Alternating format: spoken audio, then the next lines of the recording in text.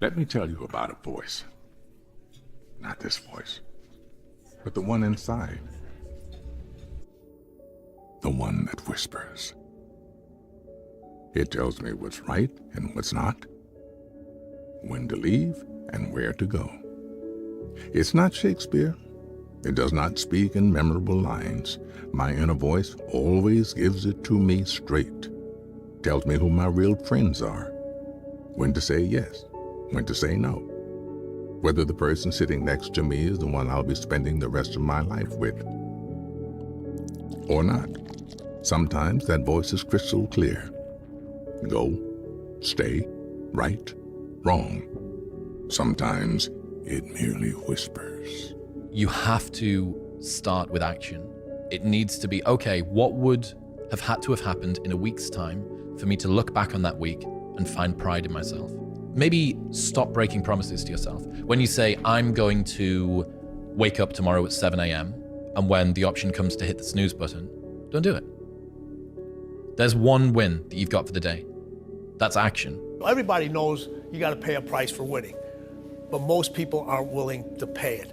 They may pay it once, but literally you got to pay it every single day. And the crazy part about that is the price changes daily. Just like the stock market goes up and down, the price of winning changes on a daily basis. And you got to be willing to pay that price, whatever it is on that day.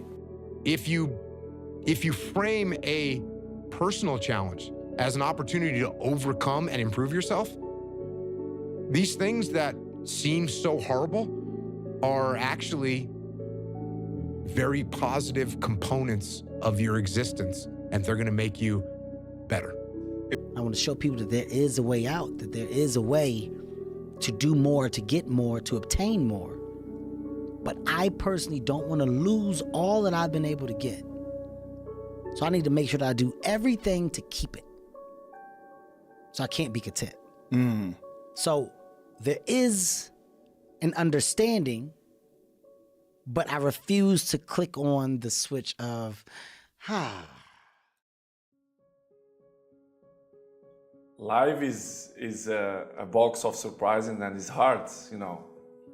It's not easy, you know, to be in this level and still push and still motivate to carry on, you know, to score goals, to be in a good shape, to compete with the young lions. They coming, and when they play against me, they want to show me that they are stronger than me and faster than me. You have to prepare very well, not in terms of physically, but mentally too. I think it's very hard. Nothing in life is promised except death.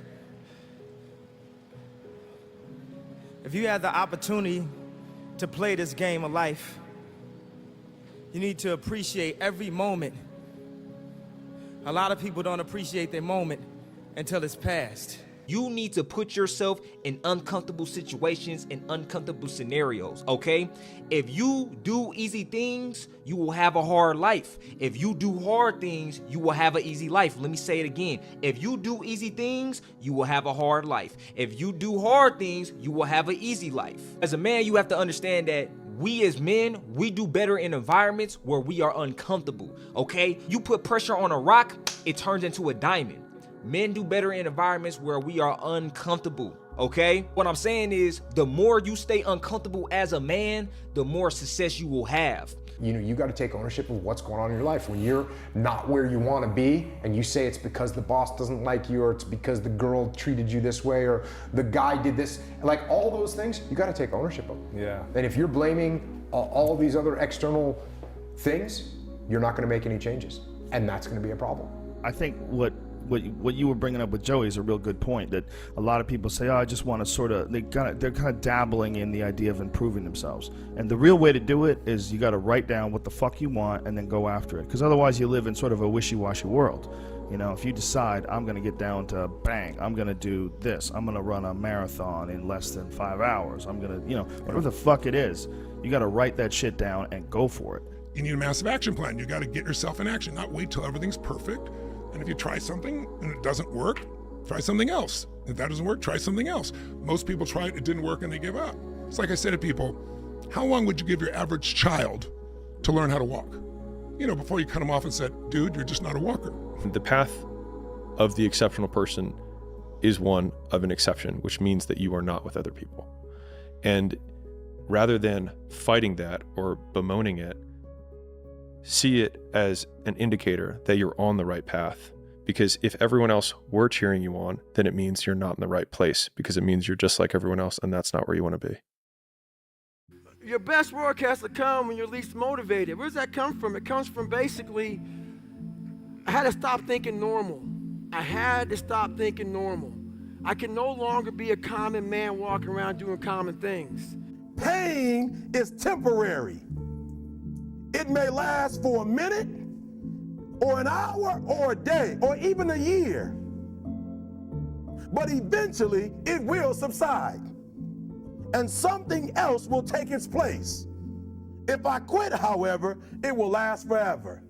The one companion that's always going to be with you is yourself. And I think the first thing we have to do is we have to get ourselves to the point where we don't necessarily need a companion. You're out running on the track, working out, and you start talking to yourself saying, man, my knee is really sore right now. Maybe I'm doing too much. Sounds like me. Maybe I need to back off, Man, my lungs are burning. Maybe I can just slow down here. I'll do like an extra 2 sets tomorrow. It'll be okay. Yeah. Right? That sort of stuff. Yes. Like that stuff's dangerous. Yes. And that's when you just got to say, you know what? I'm not negotiating with myself. Yeah. The deal was already made. The deal was made. When I set out at the beginning of the summer and said, this is the training plan I'm doing, I signed that contract with myself. I'm doing it. Throughout that process, you'll start talking to yourself like, man, I think I need to, maybe if we, nope. No, this is non-negotiable. Yeah, non-negotiable. Tired, 14 days, 13 days, whatever the hell it is, don't mean nothing. Tired is only in the mind. You tell yourself you're tired, you're gonna be tired. I don't get tired. If you're in a leadership position, you can't talk all the time, right? Obviously, as a boss, you need to communicate, you need to talk to your people. But if you talk too much, guess what happens? People stop listening to you. You're putting out too much information. They don't know what's important and what's not. So that's bad. You can't go too far in that direction. The other direction is you can't not talk enough, and now no one knows what's going on, no one knows what's happening. So you have to be balanced, and that's the whole idea of the dichotomy of leadership. Man, I've trained 99% of my life alone. No one pat me on the back. I did all of the work alone. And while I'm still hard on myself, I know what I did.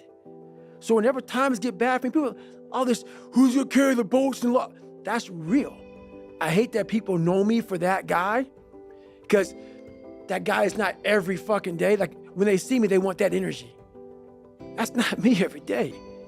I can extract it immediately when I need to, because when you train alone, and I lived alone for so many years in this misery, and you're able to get out of it by yourself, I can take myself to such a level of real passion and purpose. Reminder that if you want to be exceptional, you're going to be different from everyone else.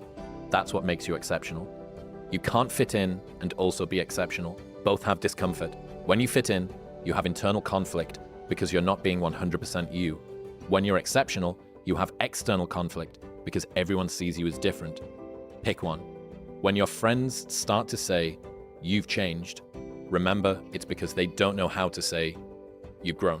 What I tell people is the best advice that I've ever heard, it's the best advice I ever came up with, is that live your life like you're the hero in your movie. And right now is when the fucking movie starts and your life is a shitbag disaster, like every fucking Arnold Schwarzenegger movie where he wakes up and makes a blender full of pizza and ice cream, and that's what you know what I mean? Yeah. Those guys where they're like on the brink, they put the gun in their mouth and they put it down because they see a photo of their daughter. Pretend that's you. Pretend you are, right now, you're in the part of the movie that starts and it shows you as a fucking loser. And just decide not to be a loser anymore. Live your life like there's a documentary crew following you around and you are analyzing your own behavior.